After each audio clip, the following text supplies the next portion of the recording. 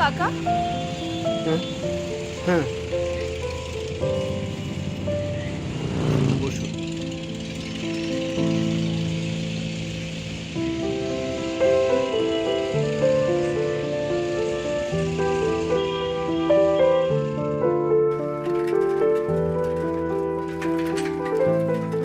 এখানে এখানে দাঁড়া।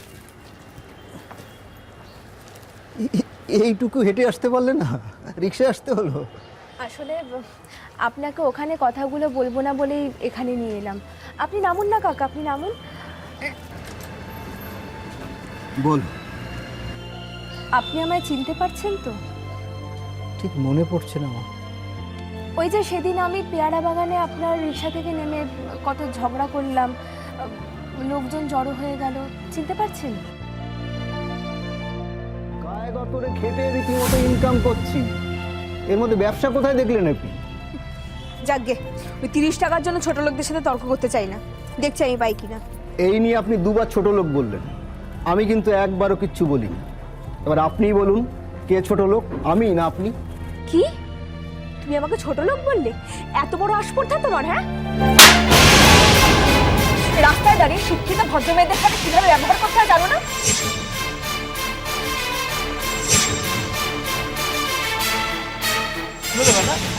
উনি তোমাকে মারলেন কেন? ওনার ইচ্ছে, গায়ের জোর। আপনি মারলেন কেন ম্যাডাম? আমারও তো শোনানোর সময় নেই, আমি আসছি।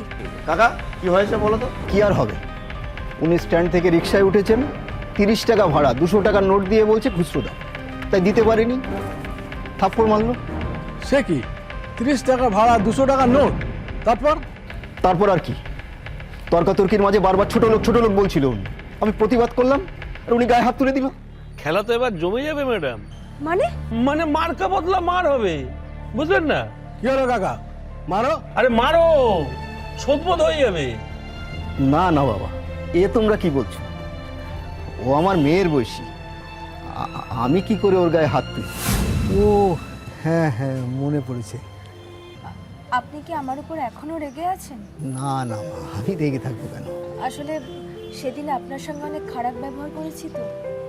রোজই তো কোনো না কোনো প্যাসেঞ্জারের সাথে ভাড়া নিয়ে ঝামেলা হয়, এইসব মাথায় রাখলে কি আর রিক্সা চালানো যায়? আমাদের সম্মানের কথা কে ভাবে বলো? আসলে বেশিরভাগ মানুষ তো রিক্সাওয়ালাদের মানুষ বলেই মনে করে না। তবে শুনতে খারাপ লাগলে এটা সত্যি যে ভাড়া নিয়ে মেয়েরাই বেশি ঝামেলা করে। আসলে সেদিন আমার মাইন্ডটা একটু ডিস্টার্ব ছিল, পরে অবশ্য ভেবেছি যে ভুলটা আমারই। তবু আপনি ভুলটা বুঝতে পেরেছেন। অনেকে তো বুঝতেই চায় না, মনে করে সে যেটা করেছে সেটাই ঠিক করেছে। সেদিন আমি মায়ের কাছে গিয়ে পুরো ঘটনাটা বলার পর মা আমাকে বললেন যে ভুলটা আমারই, মানে আমি আপনার গায়ে হাত তুলে সত্যিই খুব বড় ভুল করে ফেলেছি। তাই আপনার কাছে আমি নিজে থেকেই ক্ষমা চাইতে এলাম। কয়েকদিন আগেও এসেছিলাম, কিন্তু তখন শুনলাম যে আপনি গায়ের বাড়িতে গেছেন। হ্যাঁ, আসলে বয়স হয়েছে তো মা, শরীরটা আর আগের মতো দেয় না। মাঝখানে খুব শরীর খারাপ হয়েছিল, তাই গ্রামের বাড়িতে গিয়েছিলাম। এই নিন, এটা রাখুন। এটাতে আপনার জামা আছে আর এটাতে কাকিমার শাড়ি আছে, পরবেন। ধরুন। কাকিমা? সে তো 10 বছর আগেই আমাকে ছেড়ে চলে গেছে।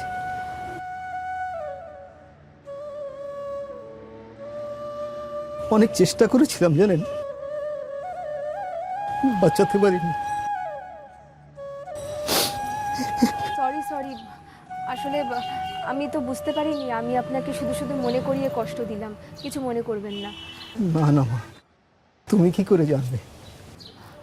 আপনি কি বাড়িতে একাই? হ্যাঁ। ও, ছেলে মেয়ে নেই কোনো? আছে, একটা ছেলে আছে, তবে সে আমার সাথে থাকে না, বিয়ের পর শ্বশুর বাড়িতে আলাদা থাকে। আসলে এখনকার ছেলেবেলে তো বিয়ের পর শ্বশুর শাশুড়িকেই আপন মনে হয় আর মা বাবাকে পর মনে হয়।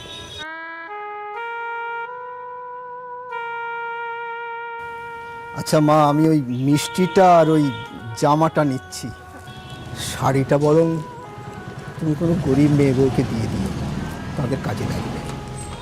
আচ্ছা কাকা, এখন তো সবাই ব্যাটারি রিক্সা চালায়, তুমি এখনো ওইভাবে পায়টানা রিক্সা কেন চালাও? এতে তো অনেকটা কষ্টও হয়। হয় তো মা, কিন্তু কি করব বলো, ওই ব্যাটারির রিক্সার তো অনেক টাকা, অত টাকা কোথায় পাবো আমি? তবুও কত টাকা কাকা? কত লাগে সত্যি জানি না, তবে ওই সবার মুখে শুনি ও লাখ টাকার উপর নাকি খরচা হয়। একটা কথা বলবো, যদি আমি তোমাকে টাকাটা দিই? না না, তুমি কেন দিতে যাবে? আর তাছাড়া ওই অত টাকা আমি শোধ দেবো কি করে মা? শোধ দেবে কেন? আমি কি তোমাকে ধার দিচ্ছি? আমি তো এমনিই দিচ্ছি, মেয়ে হিসেবে বাবাকে দিচ্ছি। না না, তা কি করে সম্ভব? কেন সম্ভব নয়? তুমি না সেদিন আমায় বলেছিলে আমি তোমার মেয়ের মতন? সেটা যদি সত্যি হয় তাহলে আজ কেন মিথ্যে হবে? টাকাটা তোমাকে নিতেই হবে কাকা। সম্পর্ক তো এভাবেই তৈরি হয় বলো। আর আপন যেমন পর হয় তেমন পরও তো আপন হয়, তাই না?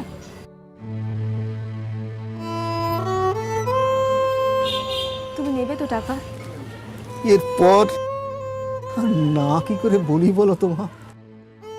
নিশ্চয়ই নেব, নিশ্চয়ই নেব।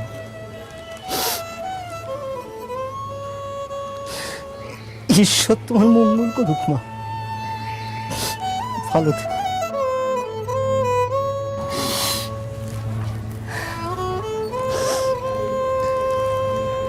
এর আগে ঠিক কি ঘটেছিল জানার জন্য দেখুন এই গল্পের প্রথম পর্ব।